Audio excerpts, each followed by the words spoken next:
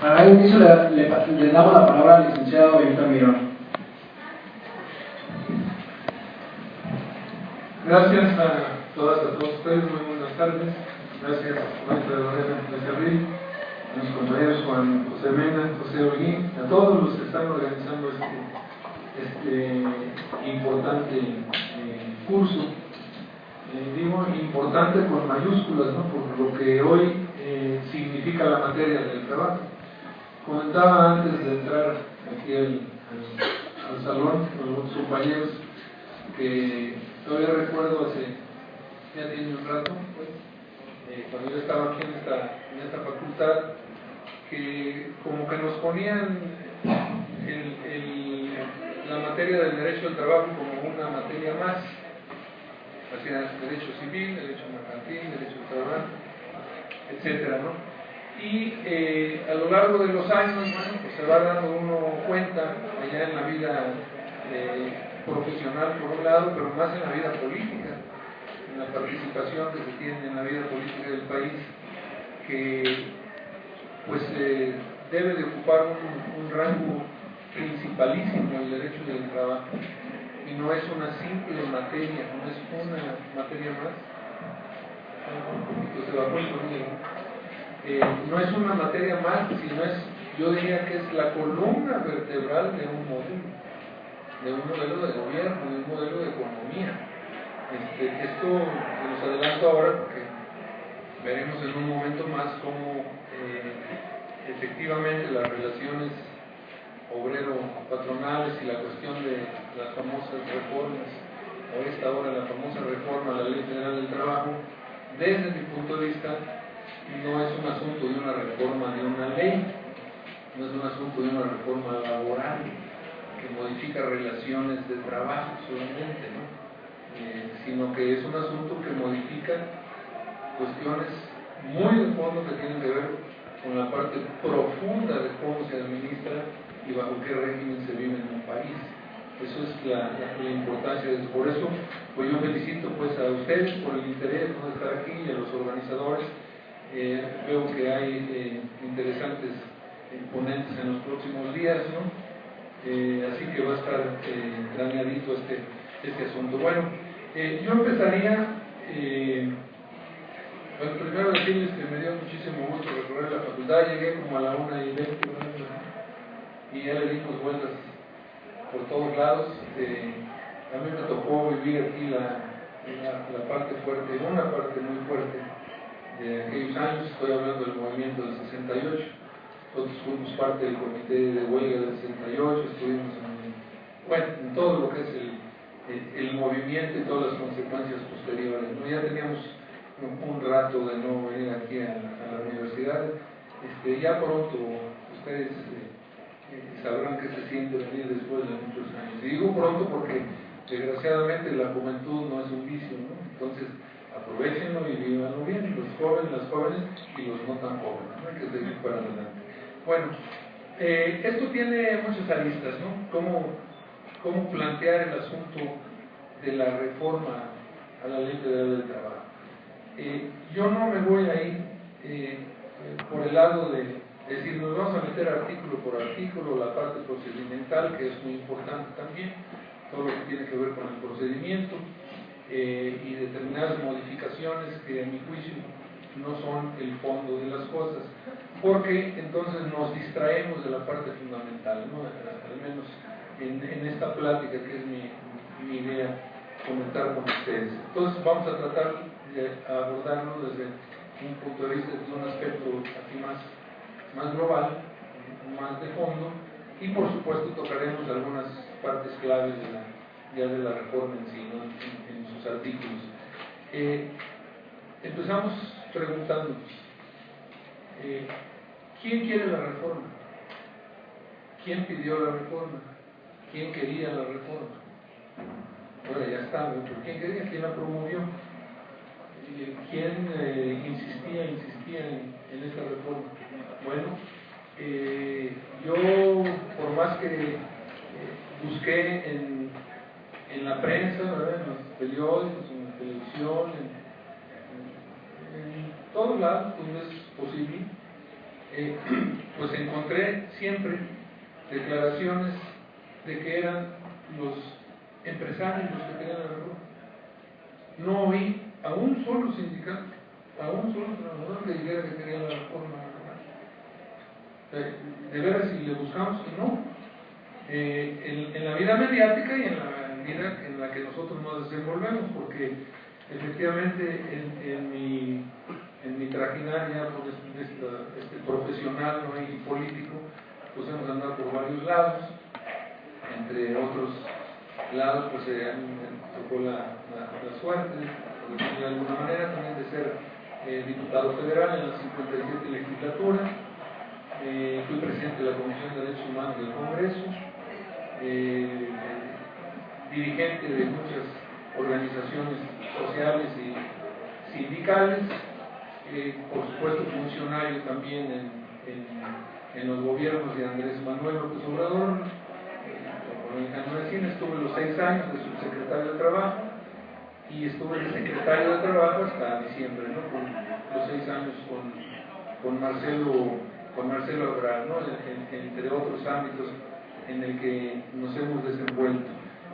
También, por supuesto, pues, estuvimos en la Junta Federal de Conciliación y Arbitraje, de todo, ¿no?, de actuario, secretario de acuerdos, auxiliar, presidente, en fin, de todo eso. Entonces, con toda esa experiencia que hemos venido acumulando, también hemos venido aprendiendo que hay que ver esa parte que es el fondo de las cosas, ¿no?, que se relaciona con lo que es el modelo de economía y el modelo político. Entonces, preguntamos en todas las relaciones, pues, que tenemos, y en todos los foros, mesas redondas donde pudimos participar, y le preguntamos a los trabajadores si querían o si sabían exactamente para qué era la reforma, y a los sindicatos, por supuesto. Y no, la respuesta es en general, ¿no?, salvo excepciones, pero en general la respuesta era no. Entonces, ¿por qué se impone una reforma laboral? Esa es la primera pregunta que hacer para ver en dónde estamos parados, ¿no? Luego, ¿cuál es el contexto nacional en el que se promueve la reforma? ¿Por qué en estos momentos? Que es una reforma que ya tiene tiempo. Desde Salinas de Gortari venían intentos muy fuertes, ¿no?, de querer avanzar con la reforma, nomás que pues no se había concretado, había oposición del sindicato, de organizaciones, de la sociedad civil, del mundo político, electoral de oposición, etc. Pero finalmente, bueno, insistieron y dijeron, hoy es el momento, ya no podemos aguantar más, necesitamos las reformas estructurales para que el país avance, ¿no? Ese es el planteamiento que hacen los que promueven la reforma. Ahora bien, les diría yo, ¿cuál es el contexto para ubicarnos? Solo en este sexenio que acaba de terminar, se terminó con un déficit de 4,5 millones de empleos, o sea, de trabajos no generados, se tenían que generar. El país requiere aproximadamente 1.100.000 empleos anuales. Entonces estamos hablando benévolamente de 6 millones de empleos en el sexenio. Se crearon, no se llegó a 3. Entonces tenemos un déficit de 4,5 millones de empleos. Luego, tenemos una población económicamente activa de arriba ya de alrededor de 52 millones de mujeres y hombres, de PEA, ¿no?, población económicamente activa. De esa, solamente 15 millones, estamos hablando de números redondos, 15 y 16 millones, están con prestaciones sociales, contratos, en fin, por así que con todas las de la ley. Y los números del INEGI, bueno, nos quedamos pues con esas cifras, con las reservas del caso, pero para hablar de cuestiones oficiales, habla de 31 millones de personas en la informalidad, sin contar el subempleo y el desempleo abierto, que es aparte. Las tasas andan alrededor del 5% tasas de desempleo abierto, según las cifras oficiales. Evidentemente tiene que ver mucho la forma de medición, ¿no? Yo no sé si a estas alturas alguien crea todavía que pues, el problema del desempleo en México es menor que en muchos países desarrollados, ¿no? Europeos inclusive, aunque allá tienen un problemón que ahorita lo vamos a mencionar también para relacionarlo con el asunto de la reforma aquí en México.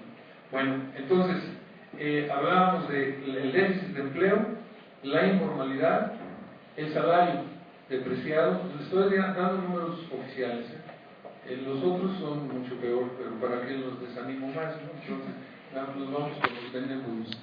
El salario se depreció en un 43% solamente en el sexenio de Calderón, un 43% más de depreciación del salario. No hemos avanzado, al contrario, hemos retrocedido. Y un dato que es escalofriante, ¿no? Ese sí ya es nuestro. Vimos que la bolsa de trabajo más grande del país la tiene el narcotráfico y la delincuencia organizada, no la tienen los gobiernos, ¿no? Desgraciadamente. Pues consecuencia, evidentemente, de estos números y de este contexto, ¿no?, que estamos viviendo actualmente, de desempleo, subempleo, informalidad, precariedad del trabajo, etc. Entonces, cualquiera diría, ¿qué necesitamos? Nos preguntaremos, ¿qué necesitamos para remediar esto? O sea, ¿qué tipo de reforma necesitamos para remediar esto? ¿Qué es lo que queremos corregir? Pues que haya más empleo, ¿bien? Que el salario se aprecie, que se reduzca la informalidad, que por cierto ese es otro problemón, además que trae sus consecuencias ya de otra índole. No es el tema, pero también se relaciona a la parte económica. México es el país de menor captación de impuestos de la OCDE, pues está bajísima, anda alrededor del 8 o 9 de captación de impuestos, cuando los países de la OCDE pues andan arriba de 15, etc. También ese es un problema muy fuerte, pero vamos a decir, aquí no hay que olvidar que las transacciones en la bolsa de valores, las grandes transacciones financieras, no pagan impuestos, y los regímenes de excepción y una serie de cosas que ahorita están en discusión a ver si se puede modificar y eso, pero de hecho las grandes transacciones no pagan impuestos. Eso es muy sonado, ¿no? Hace unos poquitos años la venta del HSBC, ¿no?, del Banamex, también mejor el Banamex, que se vendió en $12,000 millones sin pagar un centavo de impuestos, ¿no? Entonces, la mayoría de las transacciones en el mundo son financieras, no son productivas. El 99% de las transacciones en las bolsas de valores del mundo son financieras, no productivas. ¿Esto qué quiere decir? Que hay una guerra, pues por decirlo de alguna manera, ¿no? Ni a guerra llega, es muy desigual, pero vamos a decirlo para explicarme, hay una guerra entre lo que es el capital financiero y el capital productivo, totalmente perdido por el capital productivo. O sea, no cuenta. Aquí es el dinero haciendo dinero, produciendo dinero. Por eso las grandes concentraciones de riqueza, etcétera, etcétera. Entonces, si queremos corregir esto, ¿hacia dónde tenemos que ir? Pues sí, tenemos que ir a una reforma laboral, tenemos que ir hacia una reforma energética, tenemos que ir a una reforma fiscal.